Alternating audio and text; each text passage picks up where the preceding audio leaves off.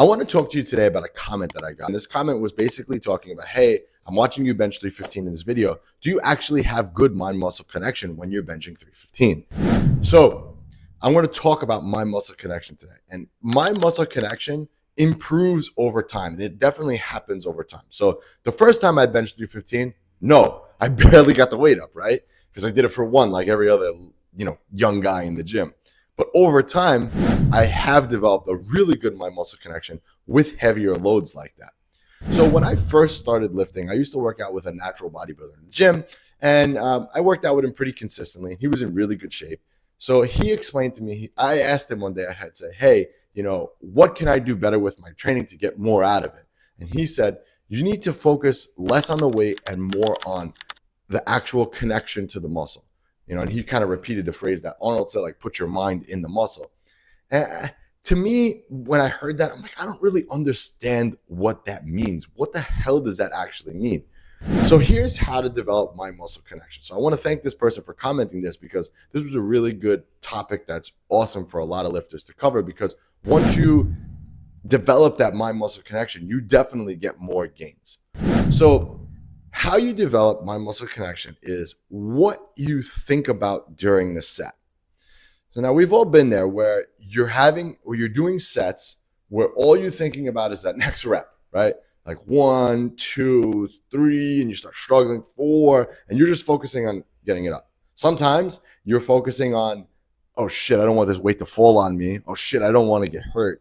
Or you're getting yourself so amped up about a set, and you're so angry about something that happened to your girlfriend, your wife, whatever, and you're mad and you're just pushing the weight, right? But what we think about during the set matters. And I'm not trying to be one of those like crystal people with the freaking rocks that they hold on to. Like, I'm not trying to be that. I'm trying to explain to you, you have to really think about the muscle that you're training.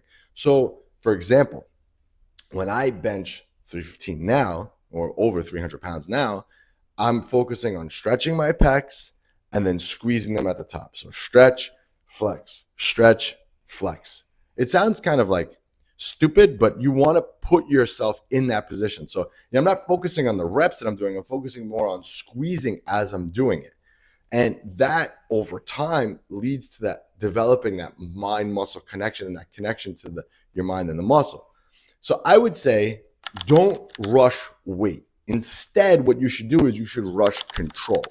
So on any lift that you do, it could be a dumbbell curl, whatever, don't focus on the weight. Don't even focus on the reps. Focus on feeling the entire movement in the target area, because tension is the number one thing that grows muscle. And I kind of missed this in the beginning because I read science and I followed all these gurus online. I just said, when you move the weight from point A to point B, you're going to contract all the muscle fibers and you're going to get the most out of it. That's not true.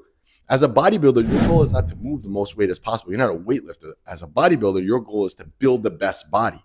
And you build the best body by focusing on the muscle group that you're training. So it's okay to take a step back from the weight that you're lifting and allow your mind to kind of catch up with the body. So for example, like I said, the first time I benched 315, I struggled. I barely got it up. I had no mind-muscle connection. It was probably all like, obviously I used my chest, but I'm saying it was probably like I threw other things in there, my elbows, my shoulders, whatever, just to get the weight up. But over time, I developed strength, and every single time I touched 315 after that, I got a little bit better and a little bit better, and I felt more and more control. Now that my max is closer to 410, 415, 420, 315 is like nothing now. And now I can really have a good mind-muscle connection with it. So same thing, like when I'm benching over 400 pounds, I don't have a lot of mind-muscle connection. I'm just trying to get the weight up there. But as I develop the strength to keep moving up, that mind-muscle connection comes with it, okay? And again, if you look at videos of Arnold training, and I love using this as an example because it used to blow me away when I was younger. You'd see Arnold benching 225. Like Arnold Schwarzenegger has his chest is literally a whole tape measure. 60 inches is Arnold's chest measurement.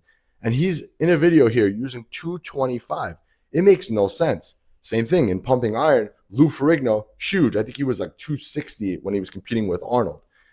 He's huge, and he's benching 185. So again, it just goes to show you that it's more about keeping the tension on the targeted muscle that you're training and developing that mind-muscle connection. And Larry Wheels talked about this in a recent podcast that I heard. He said, I'm a really strong guy. I've incline benched over 600 pounds and never had upper chest. It wasn't until I started using 315 for most of my loads that my upper chest is actually starting to develop. And again, that's because he's able to control the weight and focus on stretching the muscle and squeezing the muscle. So you need to do the same. The weight is kind of irrelevant at this point. It's more important to develop that connection to the muscle that you're training than anything else. And trust me, guys, when you start doing this over and over, like right now, the person who commented that, maybe they bench, let's just say their max is 250. So over time, their max bench is going to move up because obviously they're going to keep overloading with the bench.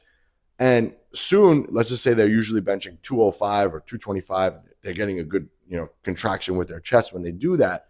Over time, that number will keep moving up. But don't rush it. It's not important what your max bench is unless you're a powerlifter. So instead, focus on feeling the muscle. And if you need help with a program, I got you covered. I have a free 6-week training program that I want to give you.